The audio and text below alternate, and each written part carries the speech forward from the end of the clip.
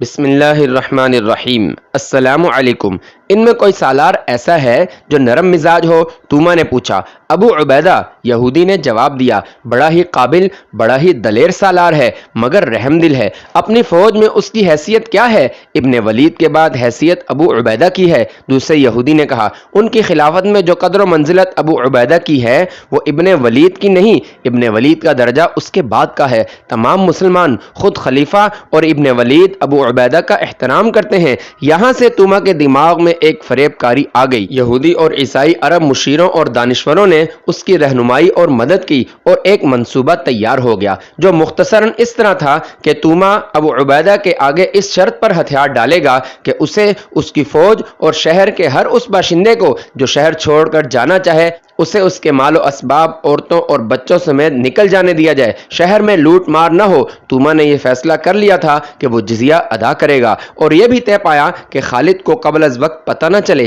یہ منصوبہ اس بنیاد پر بنایا گیا تھا کہ ابو عبیدہ شہر کے اس دروازے یعنی باب جابیہ کے سامنے اپنے دستوں کے ساتھ تھے جو اس دروازے یعنی باب الشرق کے بالمقابل تھا۔ دونوں دروازوں کے درمیان پورا شہر حائل تھا اور فاصلہ 1 میل سے کچھ زیادہ تھا۔ توما آسانی سے اپنے ایلچی ابو عبیدہ کے پاس بھیج سکتا تھا۔ توما نے یہ کانفرنس اس رات سے 2-3 راتیں پہلے منعقد کی تھی جس رات یونس بن مرقس خالد رضی اللہ عنہ کے پاس آیا تھا۔ اگلی رات کا واقعہ ہے۔ خالد رضی اللہ عنہ، قعقاع رضی اللہ عنہ اور ایک بڑے بہادر مجاہد مذعور بن عدی شہر پناہ کے دروازے باب الشرق سے کچھ دور کھڑے تھے۔ ان کے ہاتھوں میں رسے تھے۔ دیوار کے ساتھ لگے 100 مجاہدین کھڑے تھے۔ یہ سارے لشکر میں سے چنے ہوئے نڈر اور ذہین مجاہدین تھے۔ یونس بن مرقس خالد رضی اللہ عنہ کے ساتھ تھا۔ اسی نے خالد کو یہ جگہ بتائی تھی۔ وہ رسے کے ذریعے یہیں سے اترا تھا۔ خالد رضی اللہ عنہ اپنی زندگی کا بہت بڑا خطرہ مول لے رہے تھے۔ وہ سپاہ سالار تھے، انہیں اوپر نہیں جانا چاہیے تھا۔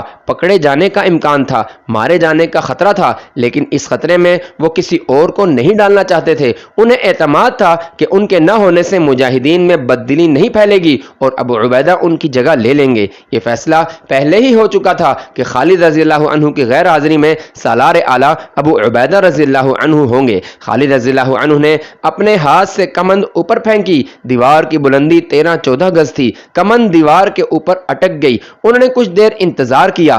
دیوار پر کوئی حرکت نہ ہوئی، جس کا مطلب یہ تھا کہ اوپر کوئی نہیں تھا۔ اگر کوئی تھا بھی تو اسے پتہ نہیں چلتا تھا کہ دیوار پر کمند پھینکی گئی ہے۔ خالد رضی اللہ عنہ نے اپنے آپ کو مزید خطرے میں یوں ڈالا کہ سب سے پہلے خود کمند کے ذریعے اوپر گئے۔ ان کے پیچھے قعقاع اور مذعور اوپر گئے۔ اوپر کوئی بھی نہیں تھا۔ دیوار کا یہ حصہ شہر سے کچھ دور تھا۔ شہر کی آوازوں سے پتہ چلتا تھا کہ لوگ جاگ رہے ہیں اور کسی تقریب میں مصروف ہیں۔ خالد رضی اللہ عنہ کو یقین آ گیا کہ یونس بن مرقس انہیں دھوکہ نہیں دے رہا تھا۔ انہوں نے دیوار یعنی شہر کی فصیل کے ساتھ 2-3 رسے باندھ کر نیچے لٹکا دیے جو وہ اسی مقصد کے لیے ساتھ لے گئے تھے۔ ان کے 100 مجاہدین میں سے 50 ان رسوں سے اوپر چلے گئے۔ یونس بن مرقس بھی ان کے ساتھ گیا۔ وہ خالد رضی اللہ عنہ کا گائیڈ تھا۔ خالد رضی اللہ عنہ نے ان جان بازوں میں سے کچھ کو اس کام کے لیے دیوار پر بٹھا دیا کہ رومی فوج کے آدمی اگر اوپر آ جائیں تو انہیں ختم کر دیں، لیکن خاموشی سے، تاکہ شہر میں کسی کو کچھ پتہ نہ چلے۔ ہر کام خاموشی سے کرنا تھا۔ خالد رضی اللہ عنہ نے قعقاع اور مذعور کو اپنے ساتھ رکھا اور 50 جان بازوں میں سے باقی کو اپنے ساتھ فصیل سے اتار کر لے گئے۔ جو ہی وہ دیوار سے اترے انہیں کسی کی باتیں سنائی دیں۔ رومی سپاہی یونس بن مرقس نے خالد رضی اللہ عنہ کے کان میں سرگوشی کی، میں ان کی زبان سمجھتا ہوں، انہیں ان کی زبان میں رعب سے کہو کہ جلدی چلو۔ خالد رضی اللہ عنہ نے یونس بن مرقس سے کہا اور اپنے جان بازوں سے کہا، تلواریں نکال لو اور اتنی تیزی سے وار کرنے ہیں کہ رومیوں کے منہ سے کوئی آواز نکلنے کی مہلت ہی نہ ملے۔ یونس بن مرقس نے فوجی افسروں کی طرح بڑے رعب سے رومی سپاہیوں کو بلایا۔ ان کے آنے تک خالد رضی اللہ عنہ کے جان باز گھیرے کی ترتیب میں ہو گئے۔ رومی سپاہی کم و بیش 40 تھے۔ وہ دوڑے آئے۔ رات کا وقت تھا۔ چاند آدھی رات کے لگ بھگ افق سے اٹھتا تھا۔ جب رومی سپاہی آ رہے تھے اس وقت چاند شہر کی فصیل سے اوپر آ گیا تھا۔ رومی سپاہی خالد رضی اللہ عنہ کے جان بازوں کو اپنے آدمی سمجھے ہوں گے۔ وہ قریب آئے تو مسلمان جان باز ان پر ٹوٹ پڑے۔ ان میں سے 7-8 نے تلواریں نکالی اور مقابلے کی کوشش کی، لیکن مارے گئے، مگر خاموشی ٹوٹ گئی۔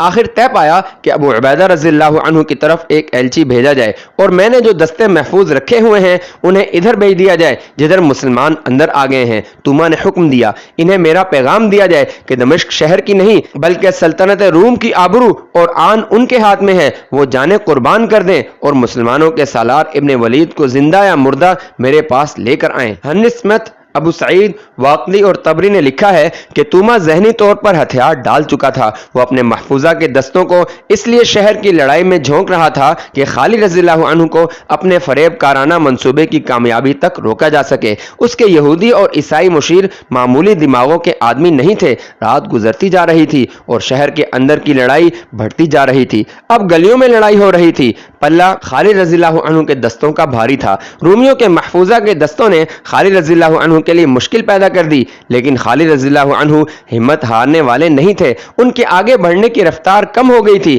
ادھر ابو عبیدہ رضی اللہ عنہ فجر کی نماز پڑھ چکے تو انہیں بتایا گیا کہ رومی سپہ سالار کے 2 ایلچی آئے ہیں۔ ابو عبیدہ نے انہیں بلا لیا، کیا تمہارے سالار کے ابھی ہوش ٹھکانے نہیں آئے؟ ابو عبیدہ رضی اللہ عنہ نے ایلچی سے کہا، کہو تم کیوں آئے ہو؟ سپہ سالار توما کا پیغام لائے ہیں۔ ایک ایلچی نے کہا، جب تک ہتھیار نہیں ڈالو گے میں صلح کے لیے تیار نہیں ہو سکتا۔ ابو عبیدہ رضی اللہ عنہ نے کہا، اے عرب کے رحم دل سالار۔ دوسرے ایلچی نے کہا، ہم لڑائی اور خونریزی ختم کرنے آئے ہیں۔ سپہ سالار توما نے ہمیں پیغام دیا ہے کہ وہ ہتھیار ڈالنے پر رضامند ہے، ہم صرف یہی چاہتے ہیں کہ ہمیں شہر سے نکل جانے دیا جائے، شہر میں لوٹ مار نہ ہو، کسی کو قتل نہ کیا جائے، ہر شہری اور فوجی اپنے ساتھ اپنا جو مال و اموال لے جا سکتا ہے لے جانے کی اجازت دی جائے، ہم ناحق خون بہانے نہیں آئے اے رومیو۔ ابو عبیدہ رضی اللہ عنہ نے کہا، خدا کی قسم میں اپنے ان ساتھیوں کا خون تمہیں معاف نہیں کر سکتا جو تم نے بہایا ہے۔ شہنشاہ ہرقل کے داماد سپہ سالار توما نے کہا ہے کہ ہم تاوان ادا کریں گے۔ ایک ایلچی نے کہا، آپ اسے شاید جزیہ کہتے ہیں یا جو کچھ بھی کہتے ہیں، ہمارا شہنشاہ اللہ ہے۔ ابو عبیدہ رضی اللہ عنہ نے کہا، تم نے ہرقل کو اس طرح شہنشاہ کہا ہے جیسے وہ ہمارا بھی شہنشاہ ہو اور وہ ہمیں خیرات دے رہا ہو۔ ہرقل ہتھیار ڈال لے گا تو بھی ہم اسے شہنشاہ ہی کہیں گے۔ ایلچی نے کہا، ہم اس کے نوکر ہیں اور اس کا حکم بجا لاتے ہیں، کیا آپ ہم پر اور دمشق کی عورتوں اور بچوں پر رحم نہیں کریں گے؟ اے سالار مدینہ، دوسرے ایلچی نے کہا، دمشق کے شہری تو لڑائی نہیں چاہتے، وہ تو بہت پہلے سے سپہ سالار توما کو کہہ رہے تھے کہ مدینہ والوں کے ساتھ صلح کر لو۔ اگر اسلام کے متعلق ہم نے جو سنا ہے وہ درست ہے تو آپ کو زیادہ نہیں سوچنا چاہیے۔ خدا کی قسم، ابو عبیدہ رضی اللہ عنہ نے کہا، تم میرے سپہ سالار خالد بن ولید کے پاس جاتے تو وہ بھی وہی کہتا جو میں کہوں گا، ہمارے آگے جو جھک جاتا ہے اور ہم سے جو صلح کی بھیک مانگتا ہے اسے ہم بخش دیتے ہیں کہ اسلام کا حکم یہی ہے۔ اگر کوئی آخر دم تک لڑے اور ہم بزور شمشیر اس سے ہتھیار ڈلوائیں تو پھر ہم اسے رحم کے قابل نہیں سمجھتے۔ اس وقت خالد رضی اللہ عنہ شہر کے مشرقی حصے میں لڑ رہے تھے اور وہ رومی فوجیوں کا اور ان شہری جوانوں کا جو اپنی فوج کے دوش بدوش لڑ رہے تھے صفایا کرتے جا رہے تھے۔ رومیوں کی فوج دوسرے دروازوں کے آگے بھی چلی گئی تھی، اس طرح یہ فوج تقسیم ہو کر کمزور ہو گئی تھی۔ اس سے خالد رضی اللہ عنہ نے بہت فائدہ اٹھایا۔ ادھر باب جابیہ کھل گیا اور ابو عبیدہ رضی اللہ عنہ اپنے دستوں کے ساتھ توما کے ایلچیوں کی رہنمائی میں شہر میں داخل ہوئے۔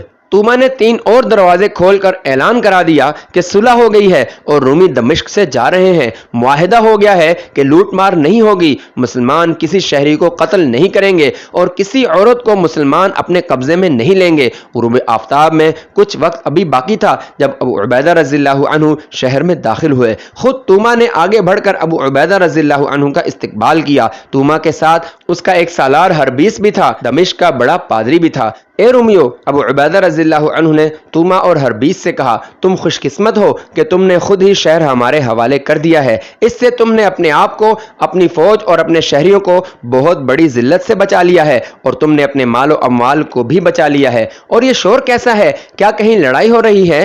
لوگ صلح کی خوشی میں شور و غل مچا رہے ہیں۔ توما نے جھوٹ بولا، وہ دیکھیں میری فوج دیوار کے ساتھ کھڑی ہے، سب کے ہتھیار زمین پر پڑے ہیں۔ اس وقت خالد رضی اللہ عنہ شہر کے اس حصے پر غالب غالب آ چکے تھے جس میں رومی فوج کے 2-3 دستوں نے ان کا مقابلہ کیا تھا۔ اب خالد رضی اللہ عنہ بچ بچ کر آگے بڑھ رہے تھے۔ وہ حیران تھے کہ شہر کی باقی فوج ان کے مقابلے کے لیے کیوں نہیں آ رہی۔ اسے خالد رضی اللہ عنہ پھندا سمجھ رہے تھے۔ اسی خطرے کے پیش نظر وہ محتاط ہو کر آگے بڑھ رہے تھے۔ باہر سے ان کا رابطہ ٹوٹ گیا تھا۔ انہیں ایسی توقع نہیں تھی کہ دروازے کھل جائیں گے اور ان کی باقی فوج بھی اندر آ جائے گی۔ خالد رضی اللہ عنہ اپنے آپ کو بڑی ہی خطرناک صورتحال میں پھنسا ہوا محسوس کر رہے تھے۔ دمشق کے وسطی حصے میں شہر کا بڑا گرجا تھا جو کلیسائے مریم کہلاتا تھا۔ ابو عبیدہ رضی اللہ عنہ کو وہاں لے جایا جا رہا تھا۔ وہ گرجے کے قریب پہنچے ہی تھے کہ خالد رضی اللہ عنہ اپنے محافظ دستوں کے ساتھ ادھر آ نکلے۔ انہوں نے ابو عبیدہ کو ایسا پرامن انداز سے تومہ وغیرہ کے ساتھ کھڑے دیکھا کہ ان کی تلواریں نیاموں میں تھیں تو خالد رضی اللہ عنہ پریشان ہو گئے۔ ابو عبیدہ نے خالد اور ان کے محافظوں کو دیکھا۔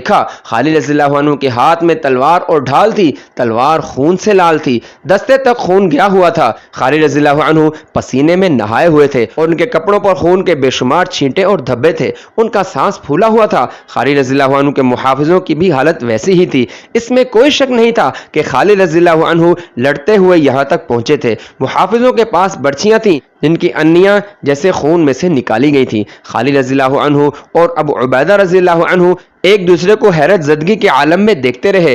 ابو سلیمان ابو عبیدہ رضی اللہ عنہ نے آخر سکوت توڑا اور خالد سے کہا، کیا تو اللہ کا شکر ادا نہیں کرے گا کہ اس کی ذات باری نے یہ شہر ہمیں عطا کر دیا ہے؟ اللہ نے صلح منظور کرنے کی سعادت مجھے عطا فرمائی ہے۔ ان لوگوں نے بغیر لڑے میرے آگے ہتھیار ڈال دیے ہیں، پھر تو کیوں خون ٹپکاتی ہوئی تلوار اپنے ہاتھ میں لیے پھرتا ہے؟ میں نے انہیں شہر سے اپنے مال و اموال لے جانے کی اجازت دے دی ہے۔ ابو عبیدہ خالد رضی اللہ عنہ نے کہا، کون سی صلح کی بات کرتے ہو؟ کیا تو دیکھ نہیں رہا کہ میں نے لڑ کر یہ شہر حاصل کیا ہے؟ خدا کی قسم، رومیوں نے مجھے امن اور صلح کا پیغام دے کر اندر نہیں بلایا۔ میرے لیے انہوں نے دروازہ نہیں کھولا تھا۔ میں خود شہر میں داخل ہوا ہوں۔ میں نے خون بہایا ہے اور میرے آدمیوں کا خون بہایا گیا ہے۔ میں رومیوں کو یہ حق نہیں دے سکتا کہ یہ خیر و عافیت سے شہر سے نکل جائیں۔ ان کے شہر کے خزانے اور جو کچھ بھی شہر میں ہے وہ ہمارا مال غنیمت ہے، اور میں نہیں سمجھ سکا کہ یہ صلح کس نے کی ہے اور کیوں کی ہے۔ ابو سلیمان ابو عبیدہ رضی اللہ عنہ نے کہا، میں اور میرے دستے پرامن طریقے سے شہر میں داخل ہوئے ہیں۔ دیکھ، شہر کے دروازے کھل گئے ہیں۔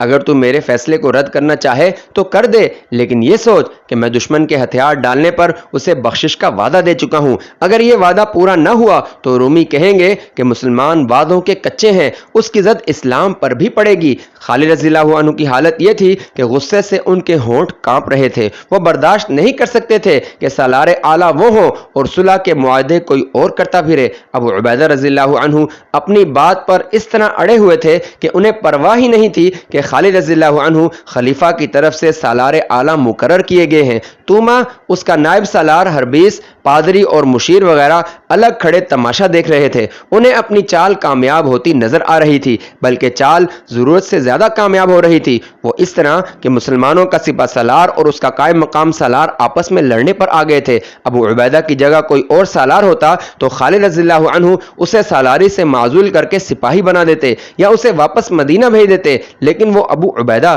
رضی اللہ عنہ تھے جنہیں رسول اکرم صلی اللہ علیہ وسلم نے امین الامت کا خطاب دیا تھا۔ انہیں الاسرم بھی کہتے تھے کیونکہ ان کے سامنے کے دان احد کی جنگ میں شہید ہو گئے تھے۔ مشہور مورخ ابن قتیبہ اور واقدی نے لکھا ہے کہ رسول اللہ صلی اللہ علیہ وسلم کو ابو عبیدہ رضی اللہ عنہ سے خاص محبت تھی۔ یہ بھی لکھا گیا ہے کہ ابو عبیدہ رضی اللہ عنہ دانت والوں سے زیادہ خوبرو لگتے تھے۔ ان کا زہد و تقوی ضرب المثل تھا۔ خلیفۃ المسلمین ابو بکر رضی اللہ عنہ ان کا بہت احترام کرتے تھے اور مجاہدین ان کے اشارے پر جانیں قربان کرنے کو تیار رہتے تھے۔ خالد رضی اللہ عنہ کے دل میں ابو عبیدہ رضی اللہ عنہ کا اتنا احترام تھا کہ میدان جنگ میں دونوں کی پہلی ملاقات ہوئی تو خالد رضی اللہ عنہ گھوڑے پر سوار نہیں تھے، ابو عبیدہ گھوڑے پر سوار تھے۔ خالد چونکہ سالار اعلیٰ تھے اس لیے ابو عبیدہ نے اتر کر خالد سے ملنا چاہا، لیکن خالد نے انہیں روک دیا اور کہا کہ میرے دل میں اپنے احترام کو قائم رکھیں۔ وہ ابو عبیدہ رضی اللہ عنہ اب خالد رضی اللہ عنہ سے پوچھے بغیر دشمن کے متعلق بڑا اہم فیصلہ کر بیٹھے